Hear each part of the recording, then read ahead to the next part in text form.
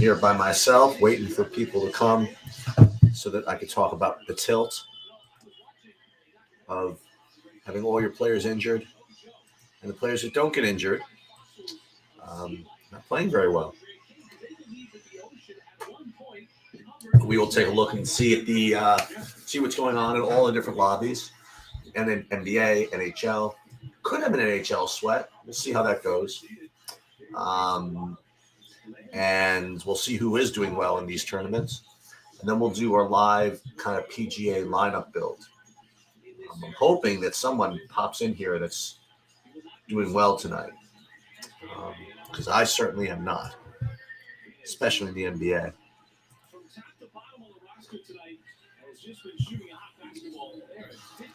I look at the lobbies here. I want to see what kind of lineups are winning. It's very interesting. So Phoenix is in blowout mode. So who's lucky? Who got lucky and got the blowout run? Let's see. You can see who gets these last 9 minutes. It does not look like it's me.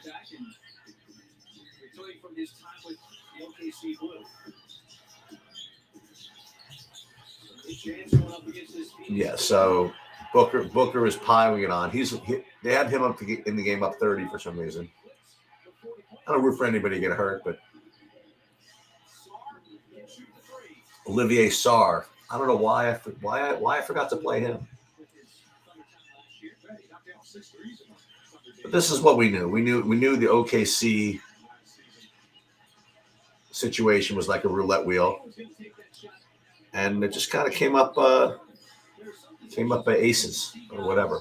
So that's that. I'm gonna share my screen. I don't know if Bobby's coming or not. I'm just gonna presume he isn't until we get there. Okay, so let's what do I want to do?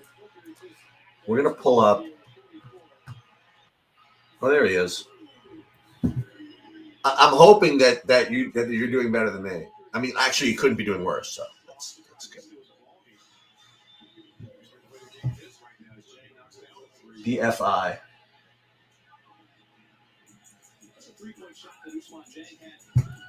Okay, let me get my.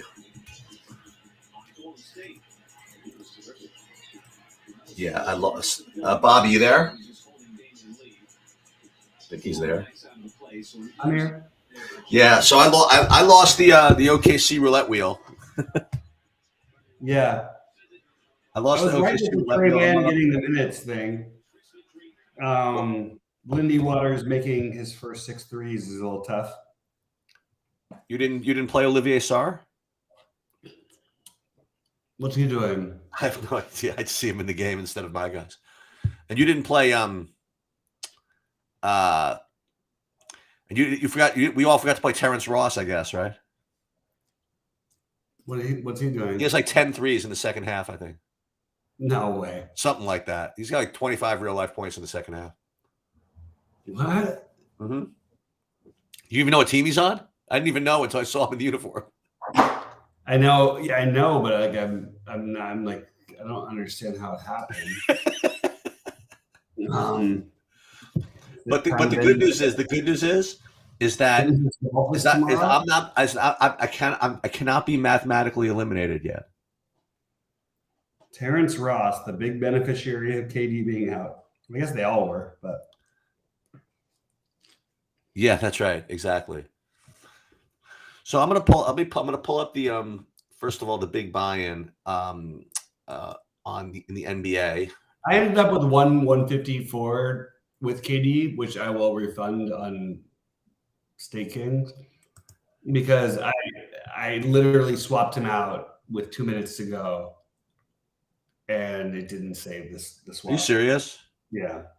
So I lost the OKC roulette wheel. But this is what I have. I have my quadruple overtime shot in the big one. I did it. I played Kawhi, Fred VanVleet, and Podol, and we'll see what happens. Hey, maybe. But hey, no one's got any points today, so you never know. You just never know. Anything left is good. Anything left is good. And Kawhi ended up 7% owned. Van Vliet 11, Podol 10. No one's got him. Let's go. Let's see what happens. Let's see what happens. FanDuel. So everybody got injured, right? So Luka got injured, Ingram got injured, and Valanciunas had 2 fouls in 2 minutes, and they benched him the whole first half after that. Yep. But listen, everything that happened today, with the exception, they also played really well without him, so I kind of understand. Oh, exactly. You know, that's like my son. Like my son would do that. He would need to like have a pass completion in like fantasy or something like that, and they would run it for like 40 yards. He's like, "What are you doing?" It's like right. You idiots! Right.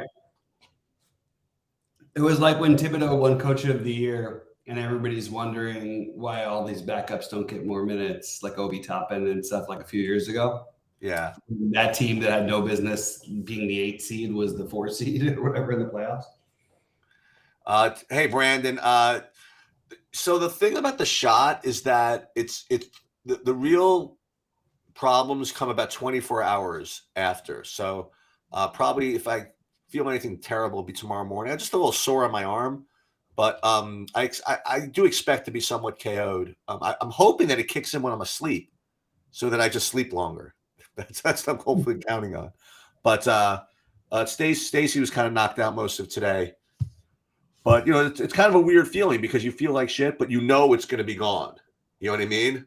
Like it's just like it's literally just symptoms of nothing. So that's that. But listen, you're young, so you don't even know from this. But from what I've heard of people that my age that got shingles, you want no part of that. You just want no part of it at all. Yeah. Oh, nice. Okay. So this was my lineup in the big buy-in. I was very happy with it. I played my three favorite OKCs.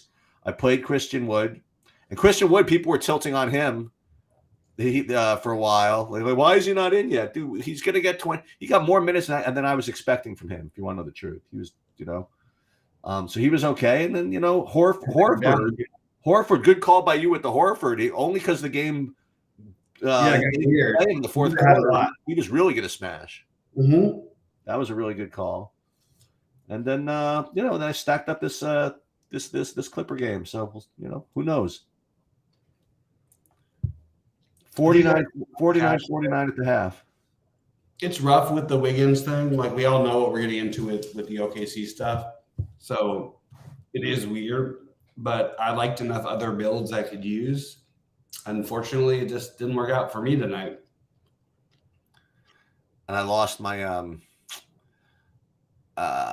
head-to-head with Laddie for the tennis seat. I lost it in fine. I lost it in fine style too. So it ended up being a two versus two, mm-hmm. and I had the most expensive player on the slate who had the biggest win odds, and she lost like 6-2, 6-2. She got like eight fantasy points. Basically, that was the end of that. Oh my God! Yeah, it's very, very rare that happens, but. Then I had to hear Laddie rub it in that he knew all the time there was a terrible play. How could I play him? You know what I mean? Like, I don't need that, but that's okay. I'm like I had any idea. I just freaking ran the optimal and I put it in. Yeah. Anyway, so that's where the day started. And then, it was a pretty bad tennis slate. Before I get back into it, I am like sort of okay in hockey. Like I'm second in the kick save here for 5K, but I don't have a lot of. That would be amazing. I don't have a lot of ice time left, but I got ice time from people in the back, so we might be sweating that like for a little while. So let me. So as I was saying, so FanDuel, because of Valanciunas for me, was just a colossal shit show. I played like 60 lineups in like in the shot or whatever. In the $5, whatever. I don't think I'm getting the money in any of them. It's freaking nuts. But what I would like to see, if I pull this up, is who is doing well here. I mean, what do you need here? So let's see who's doing well. Okay, how Mazwa number 15 and Mazwa number 17, I guess. Should say something. Well, this isn't much. And even those aren't like good lineups. Nobody feels good about their lineups. It was the DeJounte Murray. Washington game. That was your best bet. Kuzma, I had some of Kuzma on FanDuel with all the other bustos though. So 287. Oh, this one he's got 30 PMR left. Who does he have? The correct answer was the build that we talked about before, and we didn't pull the trigger on all of it. I had pieces of all these guys, but playing Jimmy Butler, who had like 50 some odd or whatever. Did he really? Yeah, to play, what's his name, Devin Booker.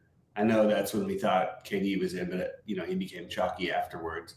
To play, some of the Fred VanVleet, to play that middling more build made a lot of sense, and I kind of wish I would have thought through it a little bit better because I feel like that was my fault today.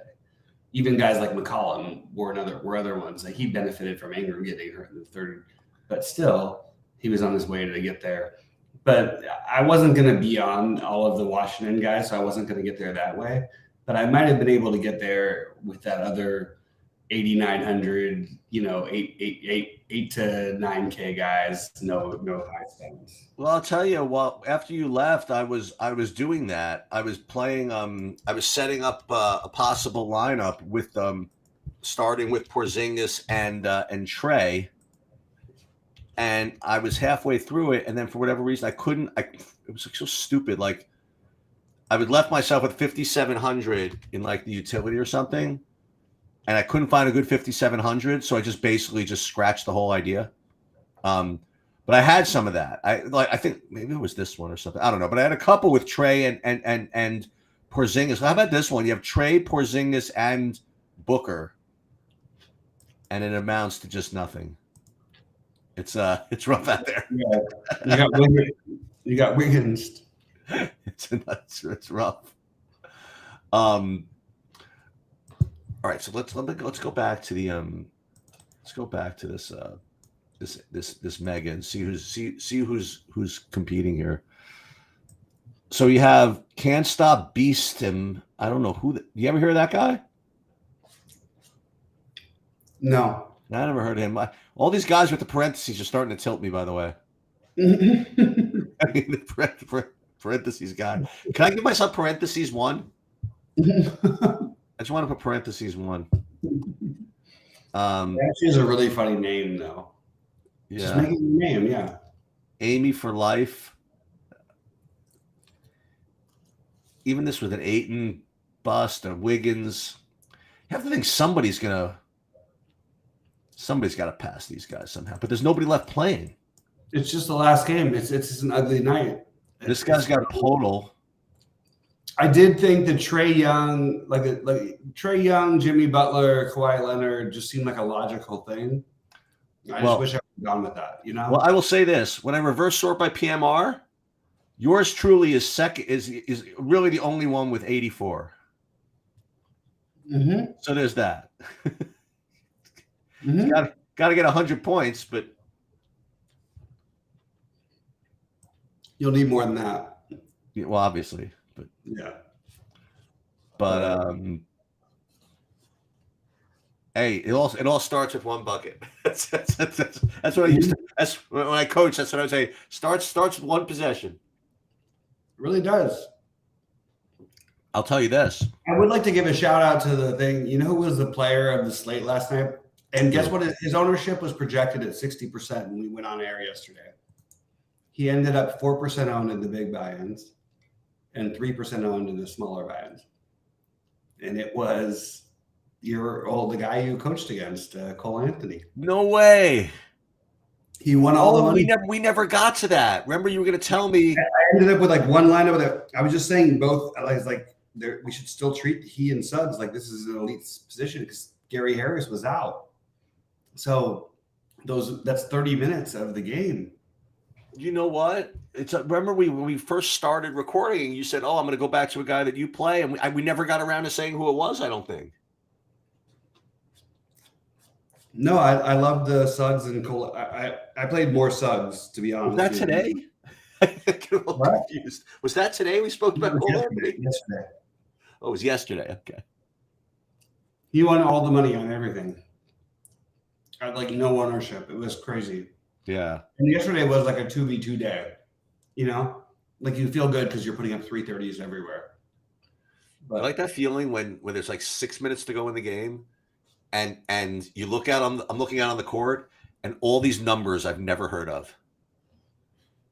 Like a number 94 in for Oklahoma City, like a number 51 in for Phoenix. It's for like Oklahoma City, it doesn't even count. like full on garbage time. They don't do that in football. What do you mean? No, in football, when the team's up like like 17 with like 3 minutes to go, like they let their real running back like run out the clock. They only bring in all the sometimes. If they're up like 30, though, they don't. Right. So somebody I never heard of misses a layup for Phoenix. We're gonna put this Clipper game on after the. She's just trying to get us to lose our YouTube account. No, we're not gonna pull up on here. We'll put it. No. I mean on my TV. I was just kidding around with you. Yeah. With any luck, we'll get the YouTube account canceled. Let's see. Okay, so this game's over. This game is over. We're gonna get we'll get the Kawhi game up. Maybe we'll get somewhat lucky. All right, let's see the fadeaway.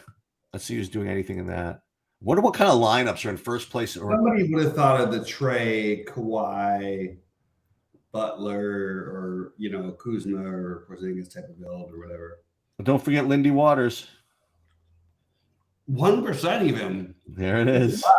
Like a hero. There it is. Looks like his floor after the first half. He had like 30 at halftime. Well, this guy's not going to win though. He literally put up like 25 fantasy points in 3 minutes. Dude, imagine being this guy. So check this out. This is funny. So all these guys have basically the same, 300 down to 280. PMR 666 to 854. They're ready. Watch this. Ready? 54. Let's see. But who are they? And not only that, but he's 42 points away. It's not like he's. Who are they? They are Van Vliet, Morris. Oh no, wait. They're Van Vliet, Morris, and that's it, pretty much. Yeah, he's not getting there. That's going to be tough to get there. What's he behind? He's behind by 42. Yeah, he's not getting there. So tell me, nobody's catching any of these clowns that are in first? He could get there, but it's unlikely. Here's a 51.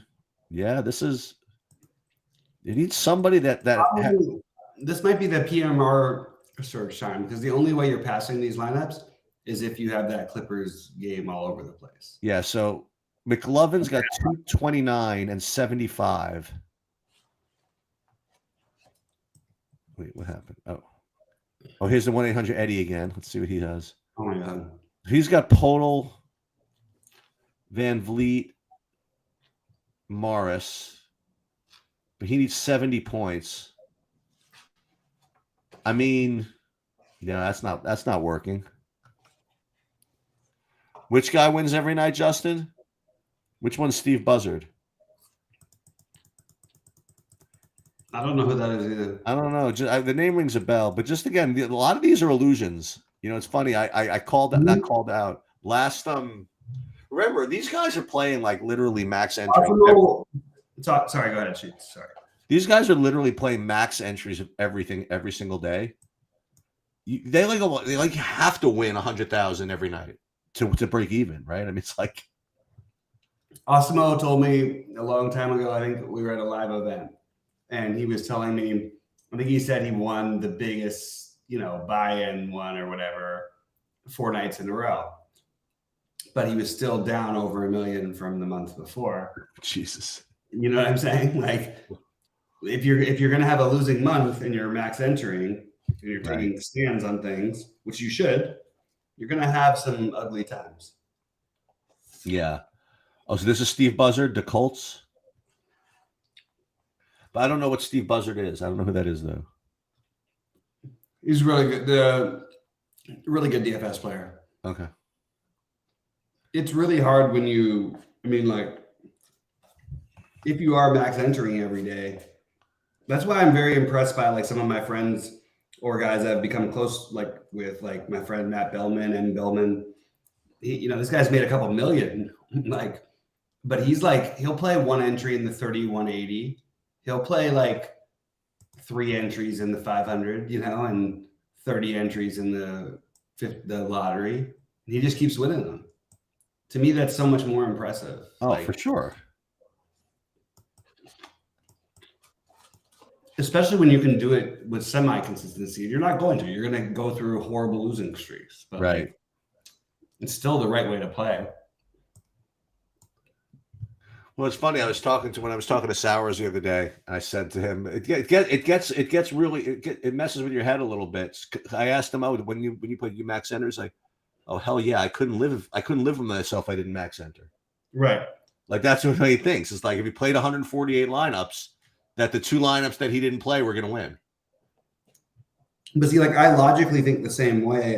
The way I started playing DFS, I didn't want to invest that bankroll into it. And right. I was able to win from an early period of time of like, oh, well, this is even trickier, more gratifying, less risk, but also in some ways more risk. It's like, it's hard to know, Yeah. May as well take a look at FanDuel. And then we can talk about golf. The one thing I really want to talk about. We're going to. Let me just take a look what the FanDuel is. Yeah, this is what. Oh, I'm cashing for $10 in a couple of them. How about that? It's the so this is what I ended up playing. I love FanDuel. It's the best. You can't even sort right. It's like sort by highest entry fees. No, it refuses. It just refuses. Most winnings, most time left. Oh, there it is. Wait. Okay, Jumbo Dunk. Oh, there it was. Okay, so Jumbo Dunk. Here are my entries. See all these little blue arrows here? These are my entries. Oh, Ingram, that was strong. Ingram and Valanciunas pairing. And Dort with a strong performance. But Ingram was bad though. What? Ingram got hurt. I know that. Oh yeah, the Ingram and Dort just having like the Ingram Dort Valanciunas. It ruined a good Kyle Kuzma and Al Horford performance. Right. And Fred VanVleet is going to end up with 60. Not that many, but maybe. No. Maybe. Yeah, so let's just see who's doing well in FanDuel, and then we will go to golf. Look at these terrible scores. You know what I mean? Every bad lineup I had would have won every tournament tonight from the last few nights. Right.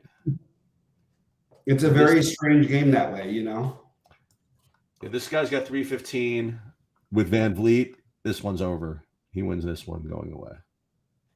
He wins with Valanciunas.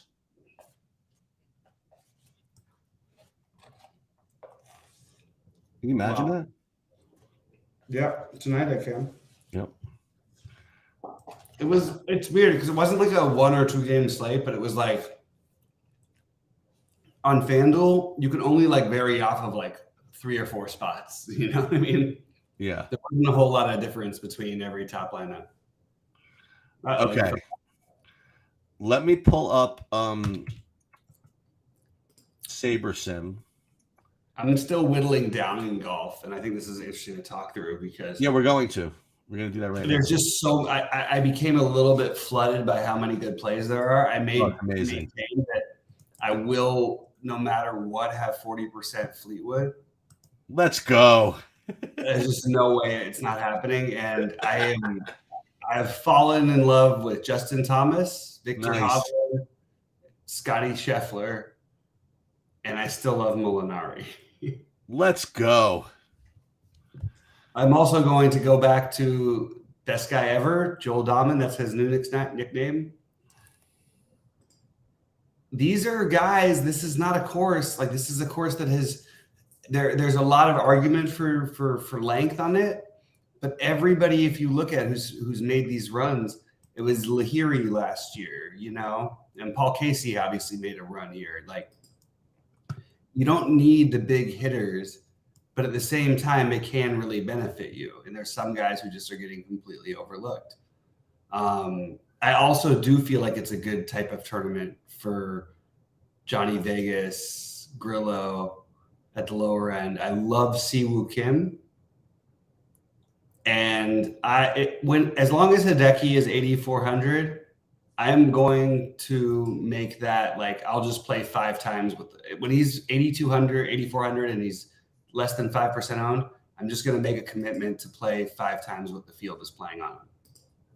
Siwoo Kim, Keegan Bradley, and Corey Connors are part of like a shuffle for me.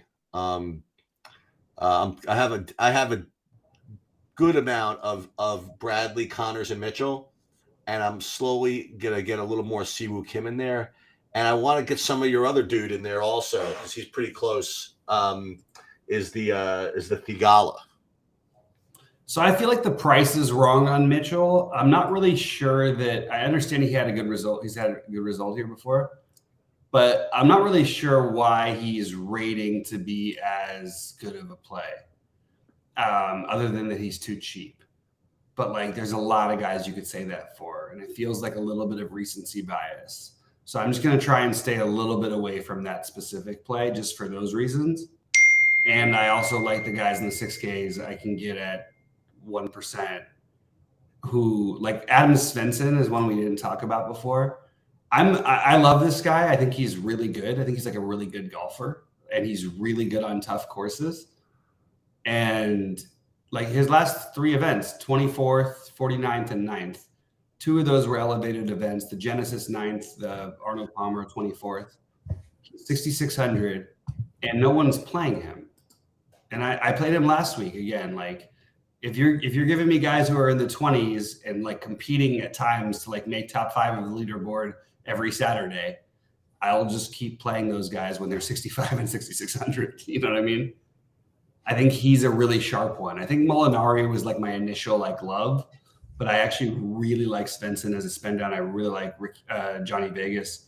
I put a ton more Ricky Fowler in my lineups. I have 36% Zalatoris. I actually feel really good about Zalatoris, and I feel really good about Hovland, but I never feel that great feeling good about Hovland. I feel like, I don't know, man. He's cheaper now, so I can justify it, but like if he's 9,500, he'd be like 5% owned.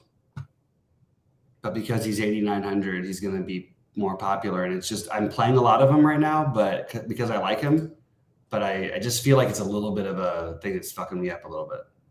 Yeah, so I'm gonna redo my lineups now. Within the next couple of minutes. I want to integrate our takes.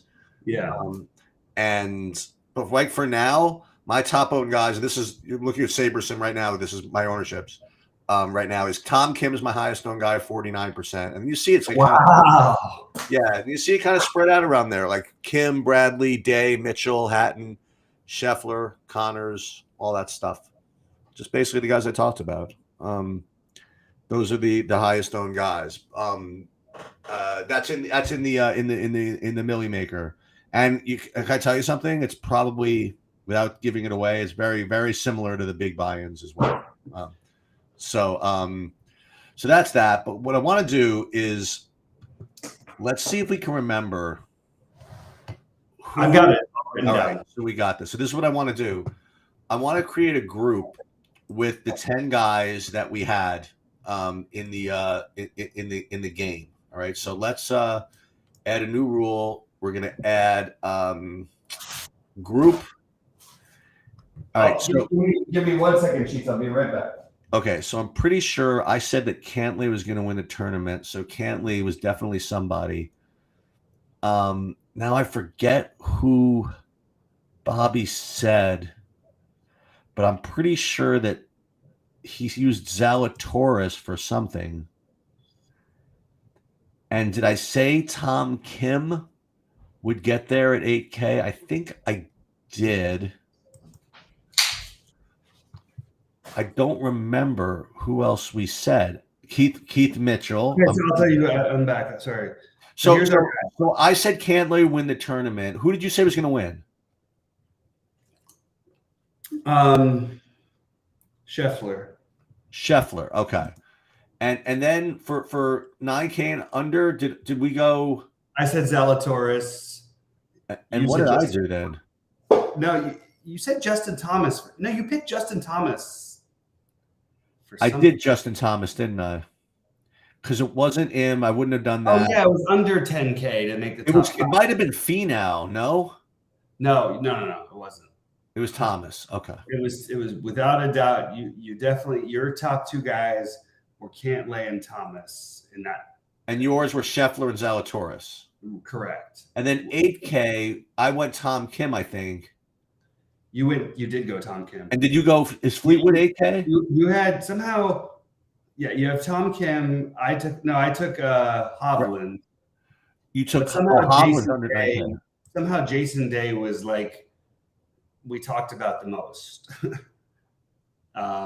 But I don't think either of us ended up taking him there. Jason Day and you don't think you didn't use him? So what I do is I take our 10 plays, I expand it to like 20 guys within that range. And I'm willing to incorporate other guys if they fit to certain types of builds. Well, let's be pure though for this exercise. Okay. So let's just use the actual 10. So it was Cantlay, Scheffler, Zalatoris, Thomas, Kim, and then you did Hovland. And then under 7K was Mitchell and Fleetwood? Fleetwood, I think you did say Mitchell, but I think that you kind of were like hedging between Mitchell and Bradley, but also I almost said Bradley. Like, I don't know. Bradley was a big point of emphasis. And I'm only mentioning this. I go with your pure thing. I'm just telling you, this is the extension of the pure. Okay. What did we do for 6K? 6Ks, I picked Molinari and you picked Webb Simpson. I did, didn't I? Okay, here it is. That's it. See, somehow, am I lucky enough? Maybe he got withdrew. No. Okay. Alas, he did not withdraw. No such luck. And by the way, I like to play a little bit. I'm gonna have to run for 1 second here. Do your build. I'll be back in just a minute. Okay, so what we did was created a rule, and let's call it a name. We'll call it we can't call it anything. It's a save rule. I don't know what to call it. Anyway, so what we're going to do is first we're going to build lineups that use at least 6 of those 10 players. And we want to do we're going to start with 50. And because we were going to be relying on the projections, we'll reduce the diversity a little bit, but we will increase the ownership fade. So we'll play. What do we get if we played 50 lineups or let's play 40 lineups actually with. Oh, what did I do? Oh, from 1 to 6 players. Didn't say how many. So hold on. We want to use at least 6 players or exactly 6 players. But what we have to make sure that we do is not play lineups that don't have a chance, like lineups that just use the 7Ks. So we're either going to put a minimum salary or we're just going to just kind of rate these by projections and just like let the ones that project and you'll see, like if some of them project like 15 points below, those are going to be the ones that have just the 7Ks, you know what I mean? Which we don't want. So this is, I love this strategy. I want to throw out, can I say real quickly what I'm doing during this strategy after? I'll do it afterwards because you just got your numbers. Go ahead. Okay. So this is actually, this is an interesting statistic actually. Of using those 10, there are only actually 81 combinations in total that use those 6 guys together. Okay, so that's good actually, because some of them are probably going to be pretty poor. Because you look at these by projections, this one's like a 396. If we go all the way to the end, 375. Actually, that's not that bad. It's actually not that bad. You put on your thing? What's that? What price range did you put? I didn't put any price range. So they could be, some of these might have like 8,000 on the table or something. But they don't, because you look at the projections, they're all like pretty, you know what I mean? They're all pretty close. So do you have like some, like, is like, for example, if you did have 1,000 left over, I think that you could upgrade Molinari and Simpson.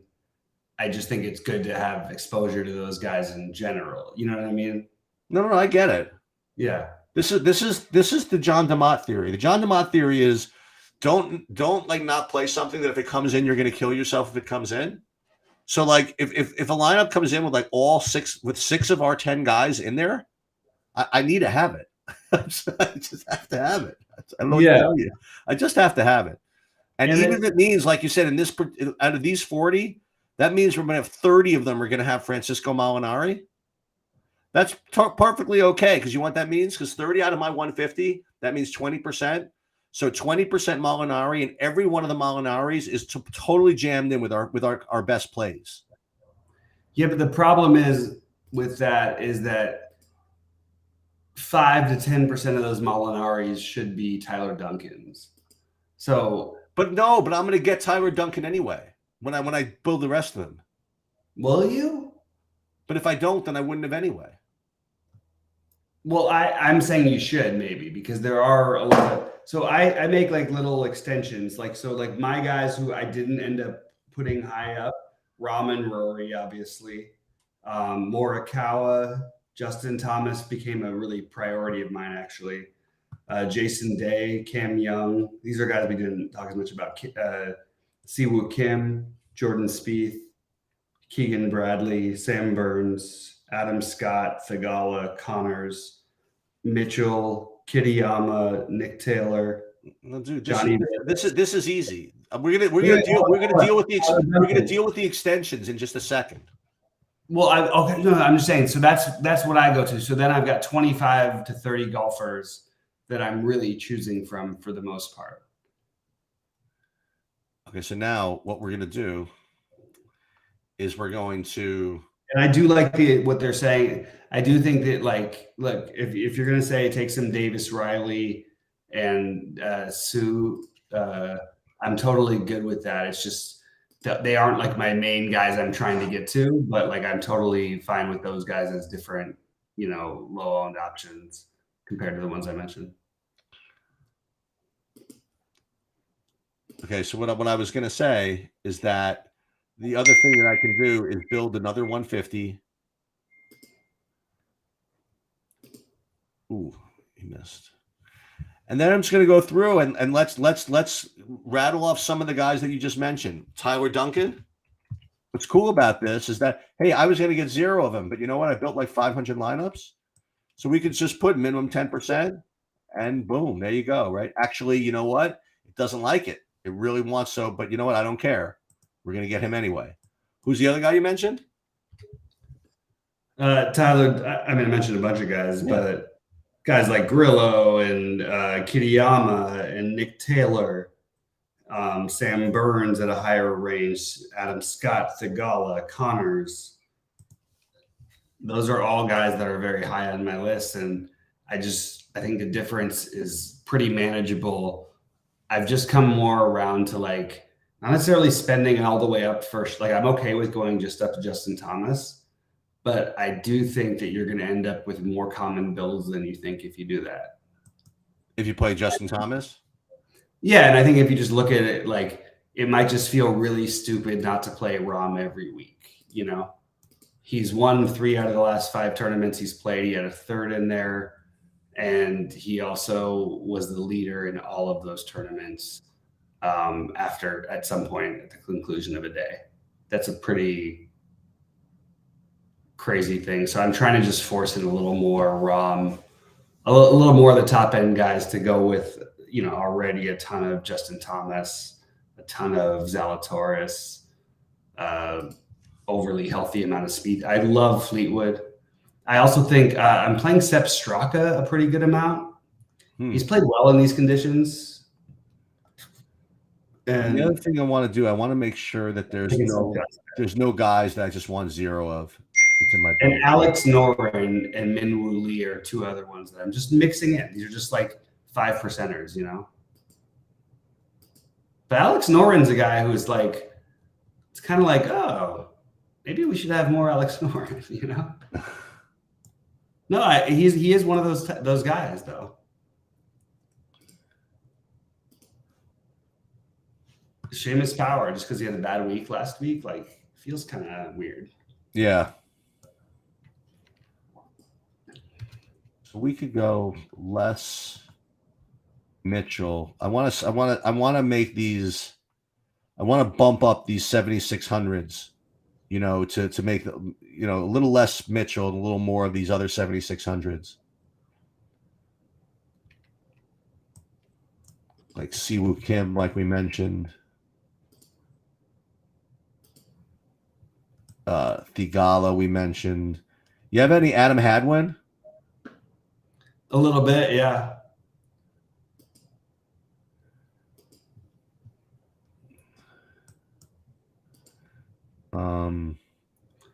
This is I just want to point out one thing. Of all the times we've played DFS golf, this will be the lowest Xander has ever been owned.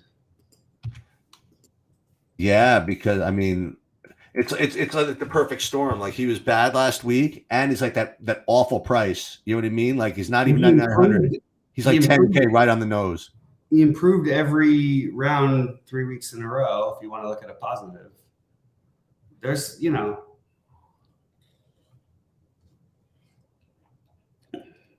I really tried to play guys who I think like there's a world where they can win this tournament. Like I think there's a world where Ricky Fowler can win this tournament. I think there's a world where he hasn't won a tournament in a long time. He's playing really good golf and he's won this tournament before. So yeah, he's top 30 the last 4 events he's played, top 20, 3 of them, top 10, top 11, 2 of them. Hasn't missed a cut in forever. Finished second a few months ago. Finished 6th right before that. He's playing better golf and he's 7,500. It's not like I'd be talking about him at like 8,500. Right. I think that I'm a little over committed to Fleetwood because I like a lot of guys in that range. Like I really like Shane Lowry and Kim, who no one's going to play. I don't even think that many people are playing Kim sheets. Kim? Yeah. Okay, well. What do you have? No, I kind of like this though. I'll tell you somebody who is. Well, no, I kind of like it though. I got like 40% maybe. Oh, I guess I see him at 20. Yeah. He's gotten a little more popular. I do think Davis Riley is one that I'm trying to get into more lineups right now at 6,500. He's just one of those formerly Cam Young-ish type of cheap guys who could really like put up a good score here. Yeah. Come in the top 30 and also have like a really good, round where maybe like, I don't know, makes 3 in a row and has an eagle and has no bogeys. Yeah. You just win like that. Like, I mean, sounds so stupid to say it, but it's honestly what happens.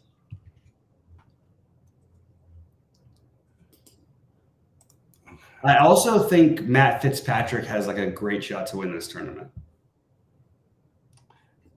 But I like him more as like a betting to win the tournament than like a 25% owned golfer, Well, since you brought it up, I mean, let's see some odds here. Let's pull it up. Okay, let's take a look. Let's bet something. Everybody's in love with the Keith Mitchell. I love Keith Mitchell. I'm a big fan. I'm not quite as high on him when he's going to be as popular as he's going to be this weekend, man. Adam, that's going to be 3 rounds, Adam. And I'm going to do MMA tomorrow. Yeah, that's going to be 3 rounds. It's the same fight. It was ridiculous. It was never going more than 3 rounds anyway. I mean, that's going to be. It's so funny. If people were like really stacking that or really wanted to bet that fight when it was supposed to be 5 rounds, and they don't bet it this time, It's just stupid. There was never going 5 rounds in the first place. Yeah.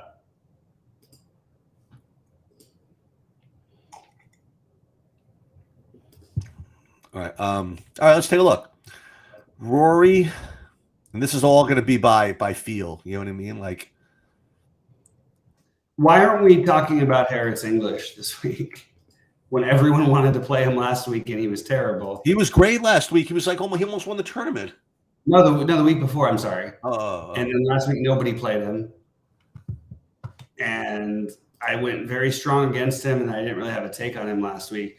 He's another 7K guy that, like, I don't know. I hate his demeanor so much. It's really hard for me to judge, but I used to hate Joel Dahlman's hat. Now he's my favorite guy in the world. He has not, like, so at Arnold Palmer, I believe, like, you know, his expected finish was supposed to be much worse based on everything except for some miracle hole outs and putts and whatnot, whatever. He also was right there in Genesis, which was even more so that way. He's been terrible at every other event. I would take a shot on him, though, like just play a little bit of the rush. I'm just trying to get like a little bit more exposure. I do think it's good in golf to do that. I'm still trying to find the right line for golf. Like, do I want 50% of guys when I'm playing 100 total entries? Does that seem like logical? Not really in my head, but at the same time, I think you should take stands. It's just, I don't know. I'm just struggling with that one over and over again. Yeah, I don't mind taking stands.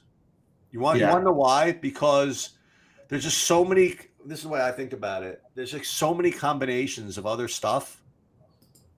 You know what I mean? That's where you want the spread. You know what I mean? I don't think that you should dilute your strong opinions. I think you should dilute your weak ones. You know, so I think that you should take big stands on the ones you like. This is my gut, really. I totally agree with you, Sheets, 100%. I mean, instead of figuring out which 6K guy I want to take a stand on, I want all those guys. And I'll take my shot with Tom Kim or something like that, or my shot with whoever, Hovland, whoever you want to play. Right, or it could even be a middling guy. Like I don't think Fleetwood's a bad example of a middling guy. And I actually think like this is the kind of week where, and it's been this way. He's not looked his best, but but Hideki though. Yeah. No. I'm serious. If someone was just max entering and played 25 or 30% Hideki, to me, that's just like an incredible value. You have a 0% owned guy at 8,400 that could easily win any tournament. When he won the Masters, he was like this. You're bringing up a very interesting DFS theoretical point that we used to talk about more. But we stopped talking about this idea of, okay, if you like a guy that's 1% owned, how much of it should you play? Right. So one school of thought is that you don't need to play that much to get overweight. Right. Like if you even play just 10% of him, that's still getting pretty good leverage because you're 10% to 1. But another way of thinking about it is if you really like a guy that's 1% owned, you should just freaking play him. You know what I mean? Just play the shit out of him. You know, and imagine if you actually get away with it. You know, then you're really in business. Yep. 100%. I agree with that, and it's hard to find those guys. Yeah. I occasionally find them in basketball. I wish I would have thought a little bit more. I actually do think that would be my best max entry thing. I just would have to adjust the way that I do things. But like with golf, it just feels like there's so much randomness outside of trying to get the winner. But honestly, as you've seen, not even needing the winner or even all 6 of 6 to win sometimes. Right. And you probably will this week, but like that it's going to happen.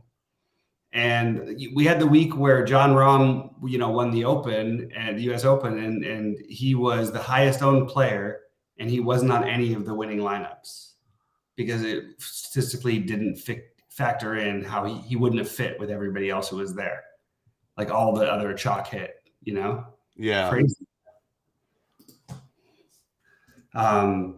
Wait, it's interesting to play this game like and try to figure it out. There's a lot of randomness, but like there are certain trends that I think you could look for. I do think like one name that no one is mentioning though is the Sam Burns thing. Have you thought about Sam Burns at all? not at all.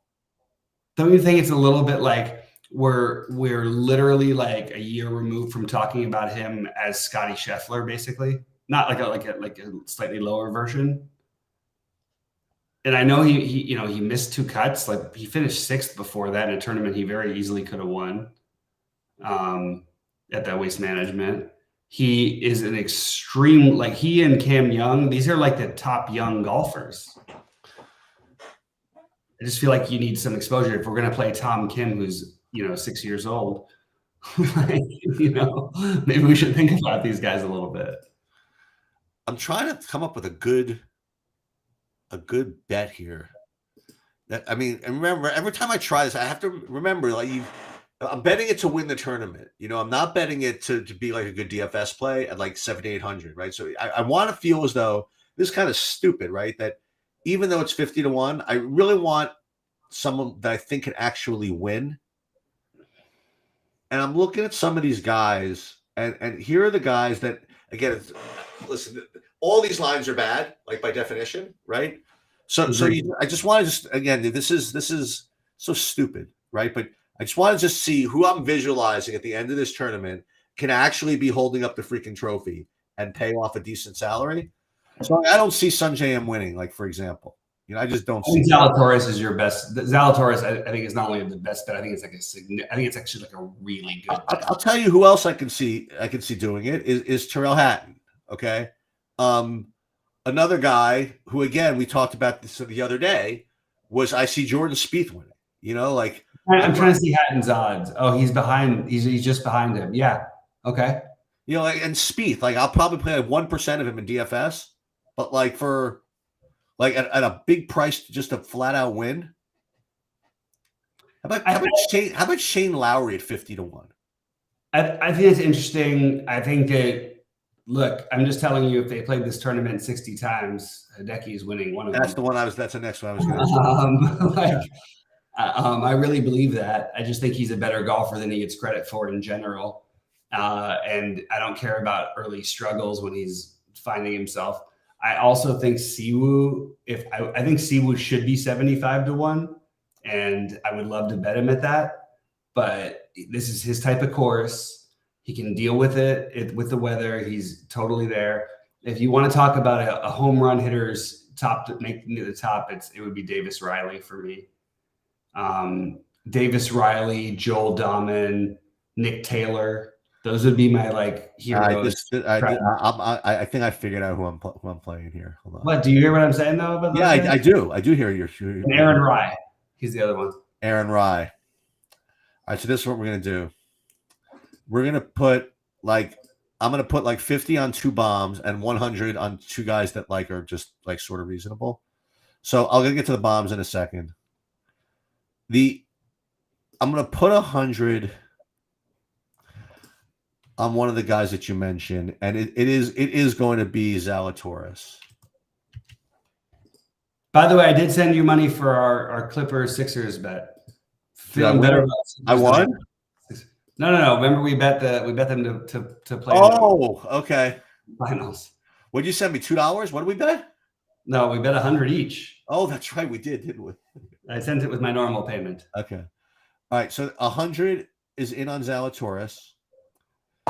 Another I like guy what that you BBS is mentioned saying about the gala too. I just don't know if he's gonna win. Yeah, I don't think he could just actually win it though. But I actually think he's a really good, he's a guy I don't mind just consistently playing in DFS and knowing I was way ahead on, and that literally one incredible shot he hit with a bad bounce. I mean, he's made 5 top 10s in 12 tournaments. He's become the golfer he's supposed to be. There's just a lot of good guys in that range.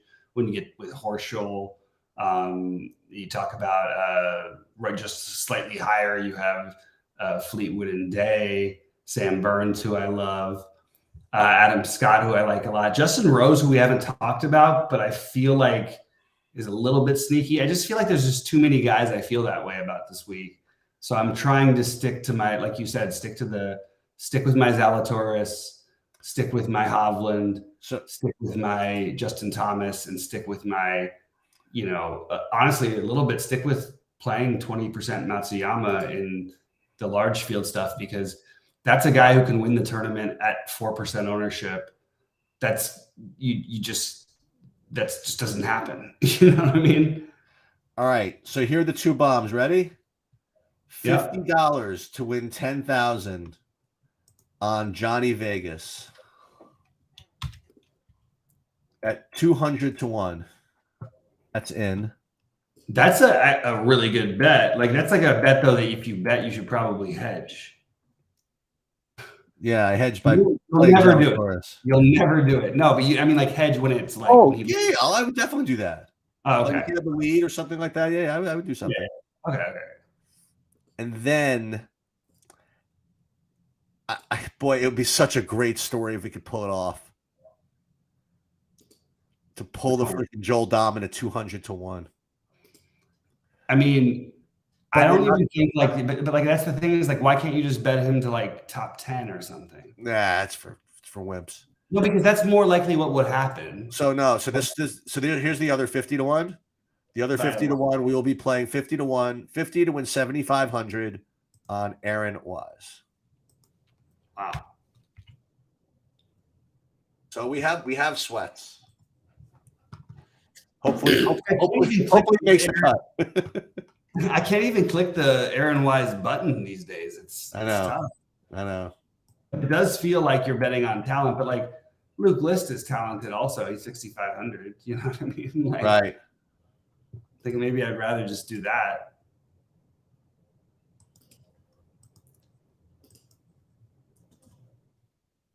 I think I have to put in like one Scheffler Rom lineup or something. I have a Scheffler Rom Zalatoris lineup that looks pretty good to me, actually. All right, let's pull up the No, not Scheffler. I need to get Scheffler. Let's put up this Mega 8, see if I'm making any progress. No, I'm not making any progress yet. But when it gets to the fourth overtime, then come talk to me. So let's see who's winning this thing still. So this guy's good. So Mazwa's is locked in. He's in the club, has a 287. Is that actually going to win? So Podol this guy needs 11 points out of Podol in the fourth quarter. It's a war. It's almost like a toss up. Papa Gates needs 18 out of Podol. Okay. Hishbu needs something out of Podol. Marib needs out of Fred Van Vliet. Oh, he needs 24. That's tough in 6 minutes. Or maybe he'll play 8 minutes. Still tough. There's still, you still had overtime possibilities there. Oh, absolutely. Oh, Chet Hibiscus 24 PMR. What does he have? He's got the leader of the free world, Terrence Mann, and Kawhi. I don't think it's going to be enough. He's got to get to. Wait, it's 287. He needs 30 points out of these two. That's not going to work. Terrence Mann's in the game at least. So I have a sneaky play that no one's going to play this week that I'm just going to throw out there. Go ahead. I do think it's not quite Ryan Palmer like time, but like it's close. And there's a cheap guy that no one's going to play that I expect to make the cut. Who do we got?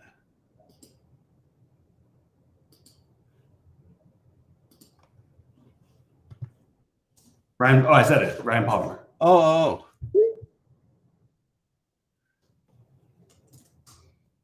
Yeah. Well, no one's going to play him, that's for sure. 85-79, 10 minutes to go. Was this Batum?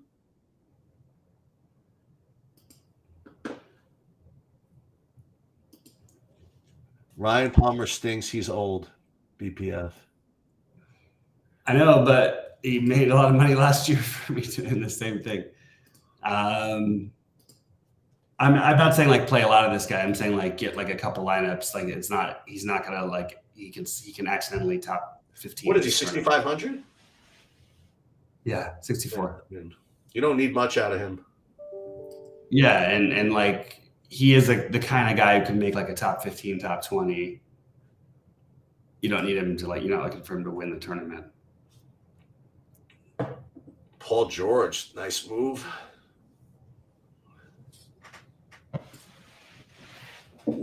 I would not have thought that this was going to be such a low scoring slate, but I guess you get Luka out. How did Jokic? He wasn't even that popular. It just was like, again, the weird guys, the Jimmy Butlers, you know what I mean? Like those, we got to change the way we look at them sheets. And like, it's something I've got to do a better job of. Like we've got to look at those guys as 10K plus players when their team needs a win in a big game down the stretch, you know? Yeah. And I just need I'm pretty good at it. I'm better than most people are at pointing it out, but I need to be better at it. I need to capitalize off it better than I have. I mean, I did win a tournament because of it last week, but I could still do much better. You know what, BBF? You are preaching to the choir. About which? Basketball annoys me with all the sitting out. That's annoying. But they did it to themselves. Like you de-incentivize the regular season. You can't do that. Well, the good news is, in 1 month, let's play 2.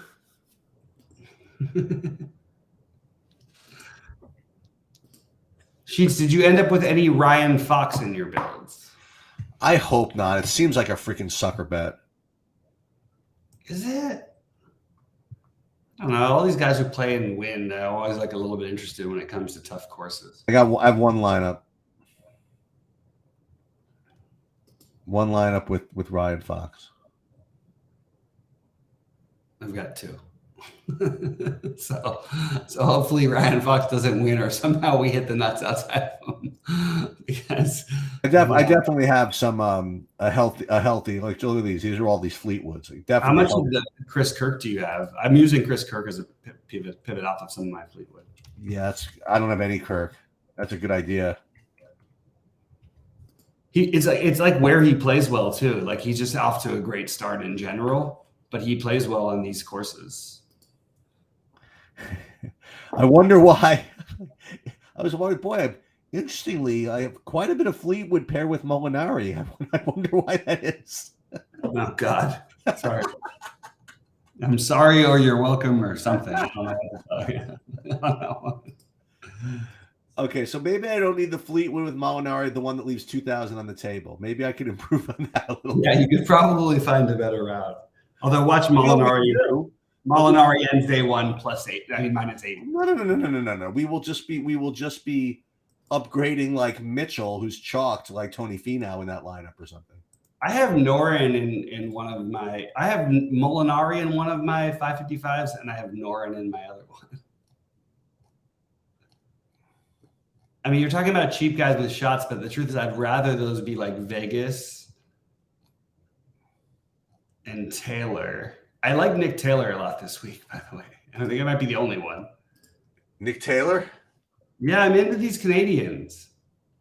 I think they're like better than they get credit for. Like on the power rankings on the PGA Tour or whatever, they have Nick Taylor as like the 16th best golfer this week. And he's priced as the 68th golfer, you know? Like, it's just interesting. And I've had other friends who are just keep saying over and over again, just bet these Canadians, they're going to get better, and bet the Asian kid. Like, I know it's a shrewd way of saying it, but that's what people keep telling me.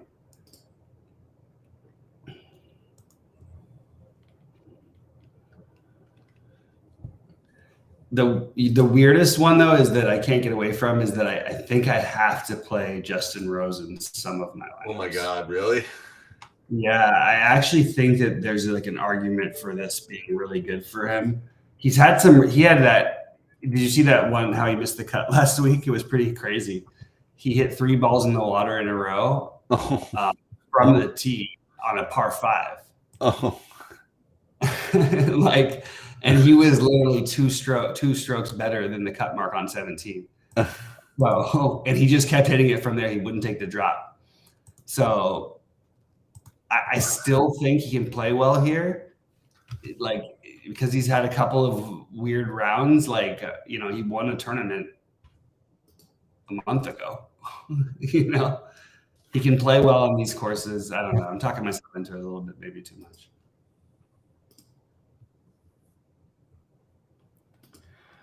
getting psyched for the. Are you following the NCAA tournament at all? When does it start? The end of next week is when they have the seedings. Man, I used to be my favorite thing in the world, and I just don't have that much interest anymore. Yeah. How about you? What's like? Yeah, I'm gonna get into it because I'm gonna do probably do Survivor in it. Oh, nice. I really like UCLA for what it's worth. Oh yeah. I like that coach. I just think they know how to play like tournament basketball. I mean, they showed it already. Literally, it's Jalen Suggs hitting a 70-footer away from winning a title 2 years ago. Okay. Or at least playing for a title. That was crazy in the Final Four. Do you know what I'm talking about? No. Oh, that's how they went into they lost in overtime by Jalen Suggs hitting a 60 whatever footer like in the air like with one hand. Really? From the other side of the court to win the game.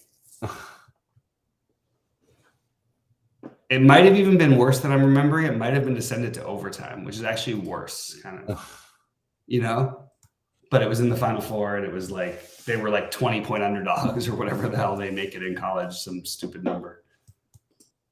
But they're really good. And they're old, which I really like. That's what you should be betting on, are the older teams. It's really hard for the younger teams to win when the best players don't play in college anymore. Yeah. All right, 7 minutes to go. 91-82. I mean, it's literally all I'm rooting for is overtime here.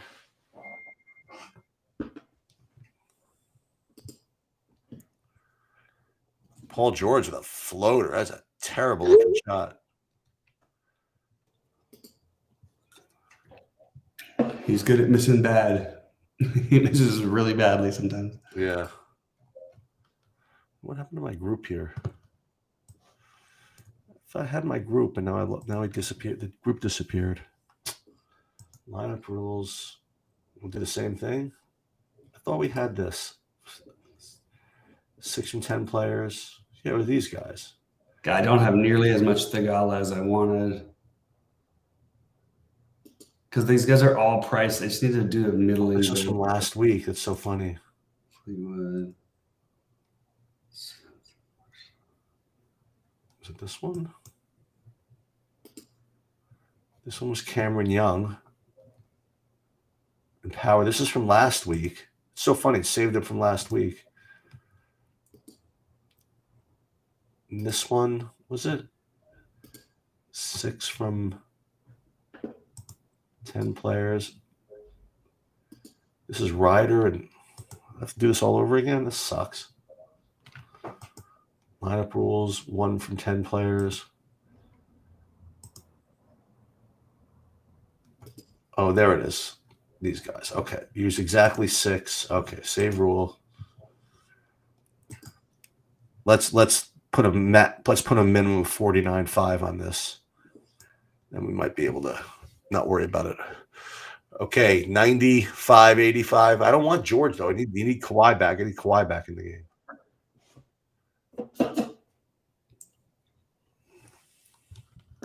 Not sure I trust Molinari yet. Yeah, I mean, you know what? Everybody was the best golfer in the world for a 2-month period, I think. You don't need to trust them that much when they're 64 and 6,500. Yeah, that's true. If you happen to be right at a 3% ownership at 6,500, yeah, that's true. It's worth it.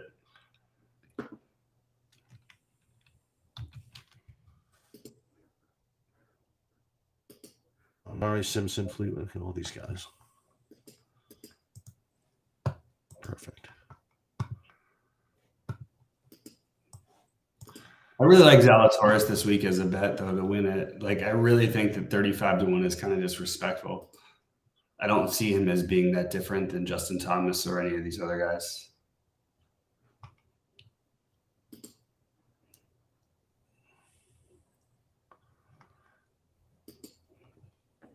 Right now, my big buying lineups, I'm just going to say I have Scheffler, Hovland, Zalatoris, Fleetwood, Connors, Molinari, and Cantlay, Justin Thomas, Tom Kim, Jason Day, Fowler, and Noren. We're pretty close, but not too close that it's like too close. It's good. You know what I mean? Yeah, I guess that's good. But if I really love all these 75 and 7600s, I should probably pair them together rather than decide between them.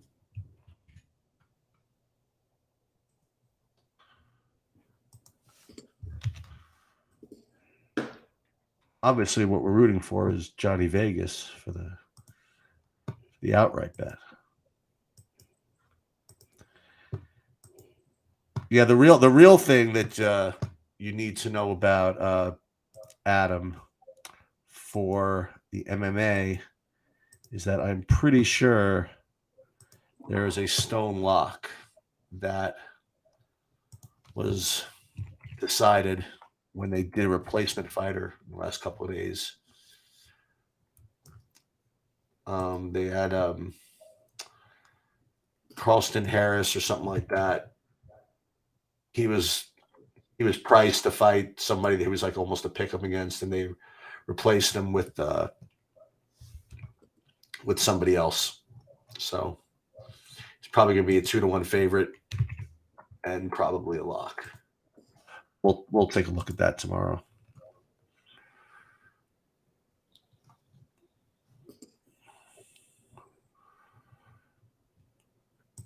Okay. I think I should be good here with my golf now. Let me just see. Making some big changes in my big ones here. 3.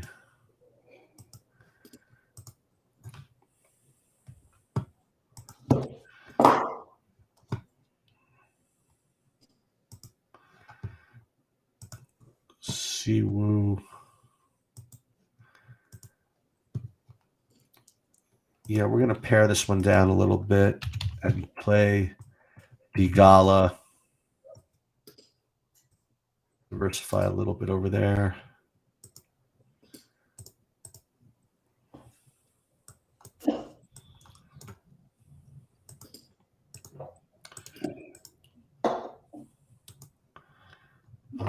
In this one, instead of Connors, we will use Theegala as well. Makes sense. Just want to make sure we have no dupes here. Yeah, one dupe here.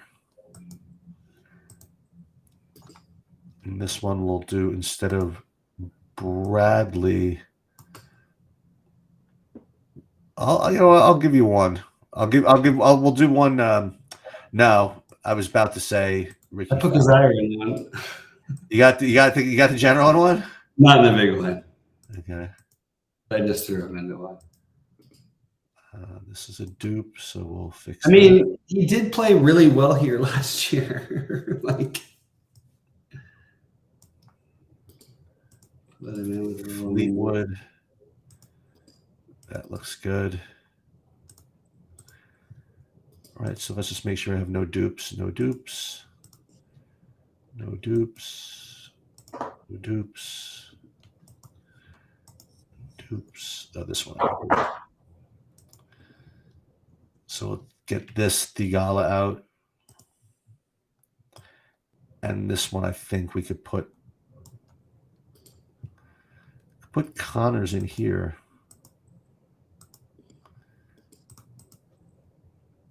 I think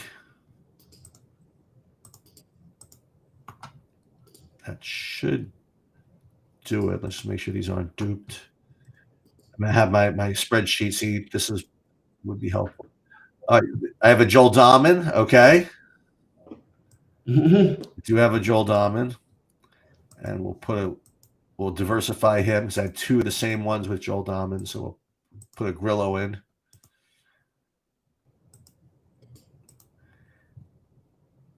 Taylor Pendrith. Put one of him. Okay, I'm gonna pull up the lobbies again in a sec. Even a Danny Willett. I mean, we got a. That's what happens. You could take stands up at the top, and then you could take your shots at these 6,500s. Scheffler. Okay. I have a lot of 30 plus percenters, a lot of 25 percenters. I don't have as many 40 and 50 percenters this week because I've been playing more lineups. Yeah. This and then It'd be a mistake though. And then this one will take day out, a little too chalky. Put a Fleetwood in. And maybe this is the week for the Fleetwood. Yeah, I hope so. I don't know. I really hope he is. All right, let's get this Mega 8 lobby up, see if there's been any progress here. So Mazwa is still up 10 points on this dude who needs Podol. Podol's in the game at least. So I'll root for Podol. I'll definitely root for anybody to beat the parentheses guys. There's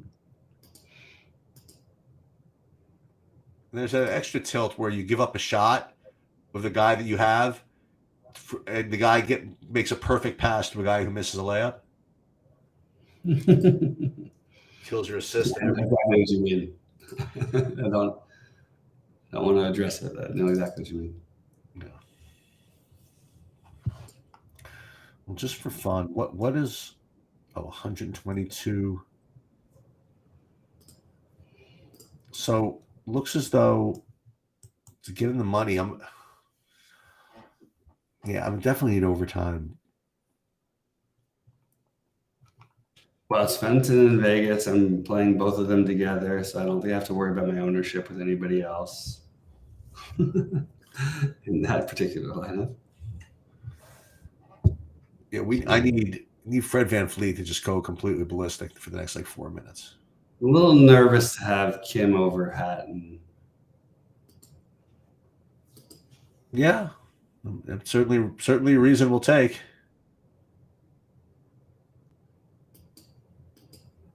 God, if I lose because of the Hatton's definitely feistier.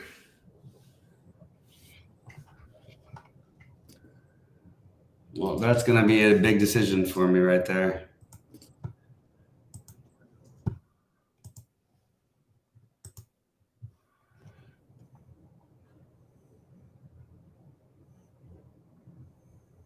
Kawhi missed the floater. I guess that's not bad if I need the overtime.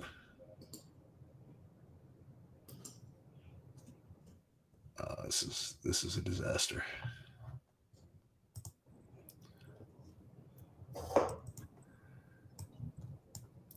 We're still in fourth in this hockey, but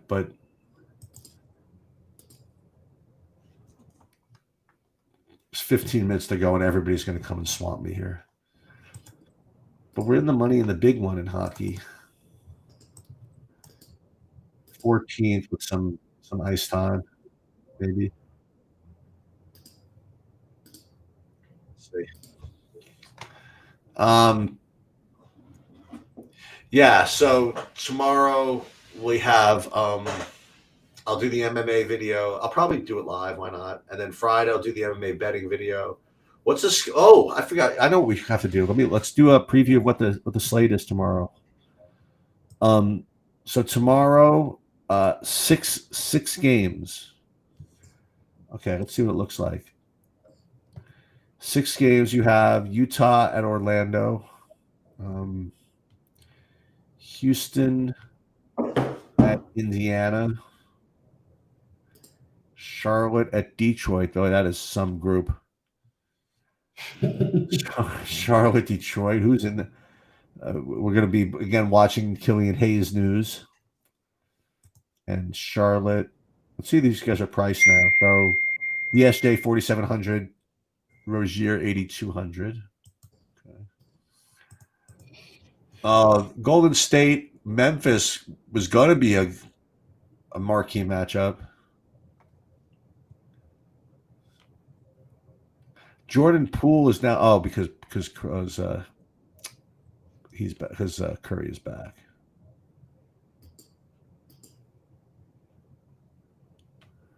$103.93, but none of my guys are scoring. All right, I think I need to go to bed soon, so hopefully it can be around. Just finish doing this second. So Dinwiddie is out for Brooklyn. Do we know that? I haven't thought about tomorrow That yet. just happened, I think. If Dinwiddie is going to be out for Brooklyn, my God, Cam Thomas is 4,600. Is that a thing? With Royce O'Neal out also and Cam Johnson out? That'll be a thing. That's probably going to be a thing. And this is how you're going to start your lineups tomorrow. Cam Thomas. Giannis we have as he's probable. And the Knicks go to the track meet. The Knicks go out to Sacramento with maybe Brunson out, maybe not. So that could be quickly they moved up to 6,600. All right, but we'll deal with that. We'll deal with that tomorrow. Beat Buzz. I'll answer that. Do I have any KH Lee? I think I have one lineup with him. I'll tell you right now. I do. I have 3 lineups with KH Lee, which doesn't mean much. Doesn't mean much. Listen, this is my core. You know, it's at the 7Ks. It's Bradley, Mitchell, and Connors.